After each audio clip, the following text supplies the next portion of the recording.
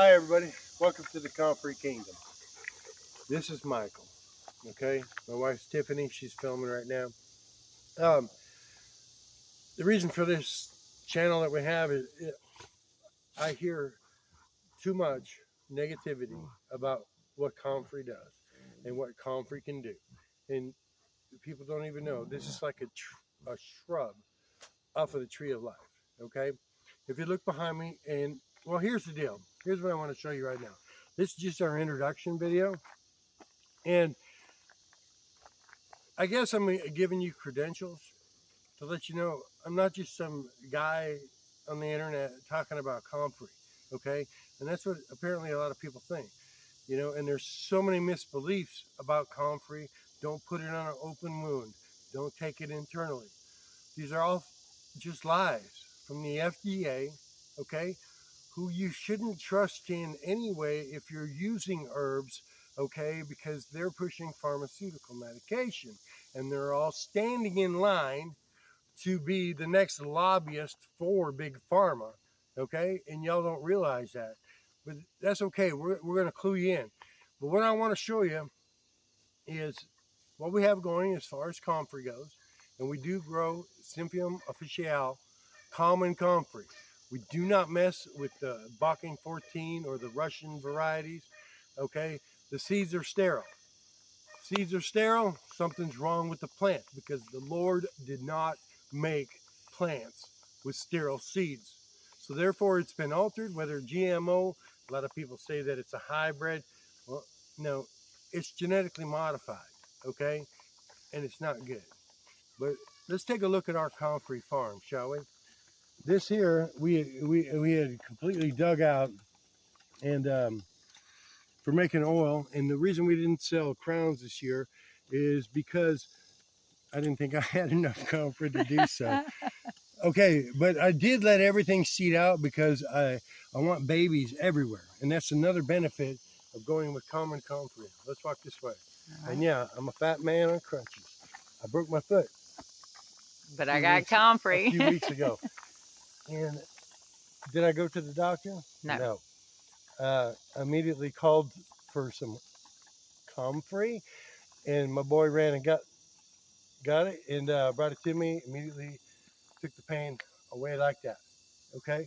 Now still there was broken bones because when you put your leg down after having it elevated, there's this certain rush of blood that you feel, and it's almost unbearable at times.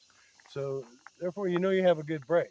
So I'm healing it without the medical professionals.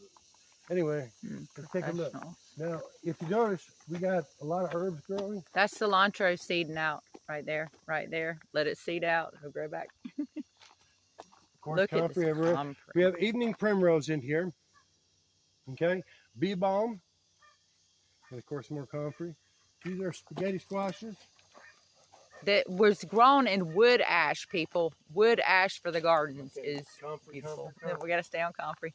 Okay, just our oregano, and we're just giving you a quick overview. Yeah. That oregano's been there about 10 years. 2 seeds. It's dying out because it doesn't like the heat. And of course the echinacea. And of course more Comfrey. And Comfrey. And then, like I said, I let it all seed out. And what I'm going to do, come up here. What I'm going to do is I'm going to get, we'll keep down a repetition, okay? We'll try to put a video up. I don't know how often, but as often as we possibly can. And to show you what you can do with the plant, the magnificent benefits that it has to your health, your property, your animals, yourself, everything that you have. You know, it's like a must-have.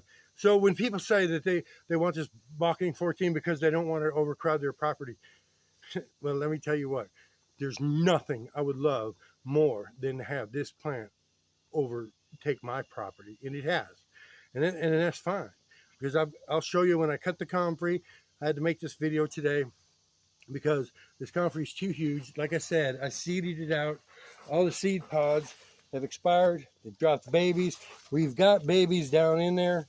See, look, Well, some of them still have green seeds, The but flowers are gone pretty much. Look, right. like right here. Here's But they were the most beautiful flowers this year that we've ever seen. and the bees love them. Absolutely. Okay. And so we come around here. Yeah, we can't make it through there in the trail. No. Comfrey. Yeah, I can walk pretty good. It's just, we've been all day working, so it takes a toll. Don't get the license plate. And so we're just walking through here. We got plantain In abundance. all over the place. It grows through the gravel. And one thing I'd like to tell you, well, hold on, get a snapshot. This is our garlic. We just harvested today and the other day. I just twisted them. Sorry, guys. We'll show you the garlic plot we're pulling them out of. I mean, it's in abundance. We planted 3,000 cloves. It's just all over. But we're drying it out. Some more comfrey. Just a few plant starters. I plan on annihilating the orchard with it, but look, our potatoes. Potato garden, one of them. Oh, this is beautiful. Thank you, Jesus. Oh, and some more comfrey. Our comfrey. Now, this is our compost bins. It's our okay, comfrey they're bin. filled with comfrey. And I thought I had, annihilated it completely. Dig it up. Because when we make our oil, we make it with, when we make our oil, yeah, we make it with the roots in the leaves, okay? And these leaves are way too big to be making any kind of medicinal oil, salve, whatever. These plants are way too big. I'll show you the size that you want. You cut them down, and then we'll use this as compost. Now, you saw the blue barrels on the other side of the property. Look at these blue barrels. These are all filled with Comfrey compost tea. How many years has it been going? Oh, we've been running this about 8, 9 years, maybe 10. But how long has this compost tea been in these barrels? Oh, a year. They're Wow. just over the winter. Wow. They're just over the winter. And the reason we haven't dumped them on any of our plants yet, that's one thing you have to understand, is that all the plants that we're showing you, the soil that they're in, now we haven't put any Comfrey compost tea on them this year, but they have been drenched with them for 9, 10 years now. So the soil is just extremely rich with the nutrients that the Comfrey plant has to offer. Okay, let's take a look. This is my favorite Comfrey garden. Yes, right here. it is. And I'll tell you what. Look how tall it is over here. It's like, yeah, it's huge. wow, this is nothing compared to down there. This has been growing in this plot for, well, since we started. and this is our chicken pen right beside it. So usually it's filled with plantain. yeah, but we have to weed it. The sheep went in and annihilated that. And then we had to weed eat it. Okay, so here, let me get in the photo. Look behind you. Look how tall that is. Can you see the difference compared to me? You're not even close. Or you to, want me? You want yeah, me to get closer to that.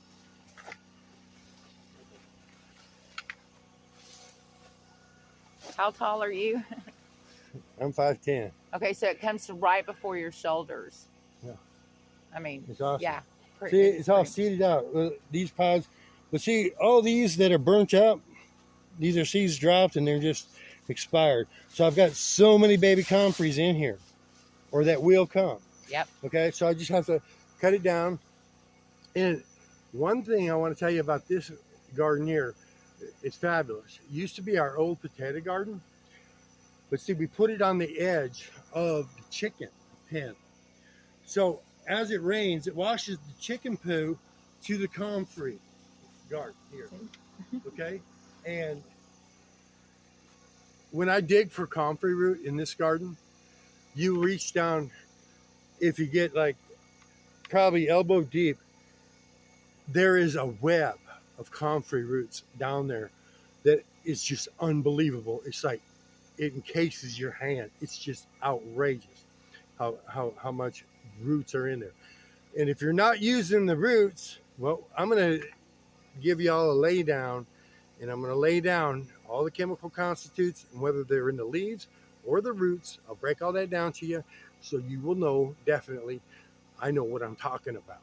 Okay. I get on this Comfrey forum, and so many people want to tell me I'm wrong, as a matter of fact, as if they know about Comfrey. Okay. I make the strongest Comfrey oil in the world. If you pay attention to this channel, you will be amazed by Comfrey. Okay. I, you, and what it can do for you. Okay. I know Comfrey that have healed third and fourth degree burns in 23 days. I know of Comfrey healing an aortic aneurysm sometime within a month and a half. I know of Comfrey healing a gentleman that hit his knee with a chainsaw, cut it in half. Okay. How old was he? He was 67-year-old diabetic, and I saw the knee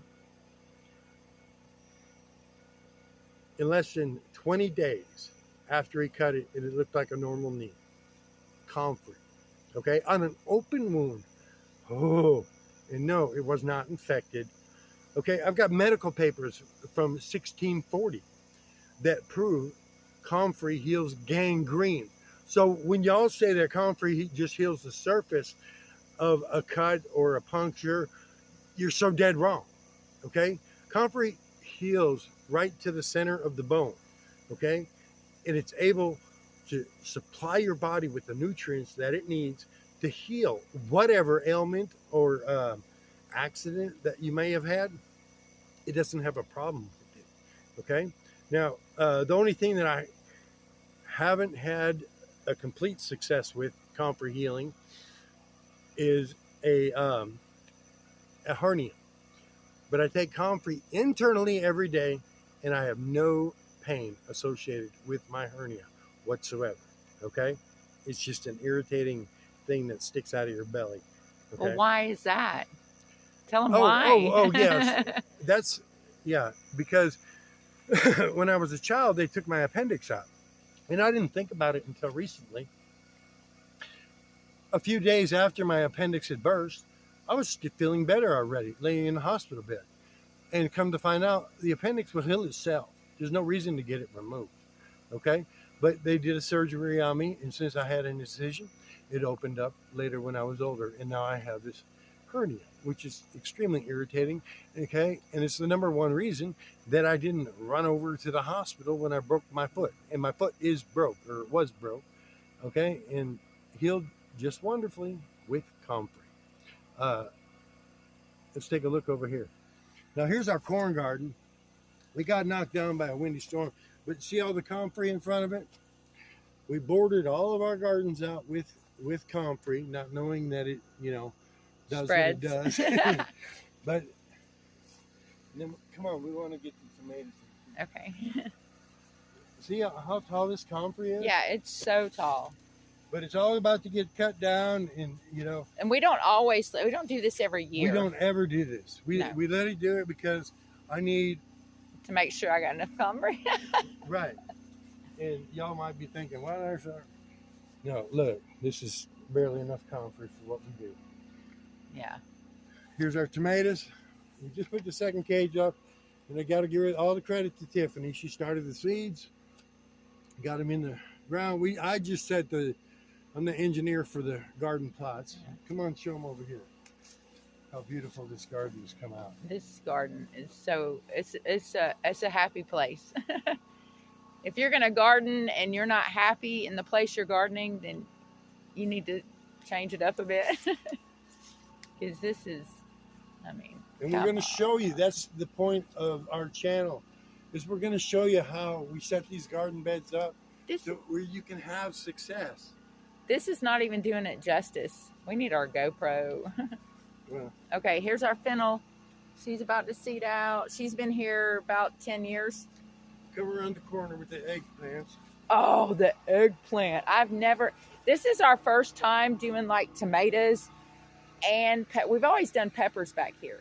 But tomatoes, peppers, and eggplant. Look at that eggplant. I've never had an eggplant look like that. Comfrey. Sweet potatoes. There's no Comfrey back here. Okay. See the There Comfrey? it is. Oh, in the back there. It's all right behind the corn. And we got watermelons and cantaloupes hopefully back there as well. But since the foot break, we haven't been able to do as much as I wanted. But okay, but before the foot break, Mike and the kids set all this up, the landscape fabric, and people say, why are you putting plastic on your garden? It's not plastic. Landscape fabric, and you want your gardens weed free, because the more you have your gardens weed free, the more successful the plant's going to be. Now the Comfrey compost tea, those barrels we showed you are just filled with it. Okay, so I've got gallons and gallons of it. Okay, and I'll use it up and we'll pour it on the plants. And this is what got us started. We originally got this homestead. We wanted an organic fertilizer, and my wife had read about Comfrey, and so we ordered 2 plants, got them, grew them to size, made a Comfrey compost tea. In a 5-gallon bucket, we just cut the plant, filled the bucket, filled it with water, put the lid on it, and let it cook in the sun for 30 days. Well, we poured it on some strawberries when it was done, and the strawberries doubled in size. So we were like, okay, we need 100 of these plants, right? And they sent us 200. So we didn't know what to do with them. We boarded all of our gardens out with them. And so now we have a Comfrey farm, which I've just shown you. But at that point, we didn't even know about the medicinal properties of it, okay? And we'll get into all that in the future videos. And we're also going to show you how to make the strongest Comfrey oil in the world, okay? And if that don't send chills up your spine, I don't know what will. But we're going to sign off. So we'll talk to you later. Adios, amigos. That was good, huh?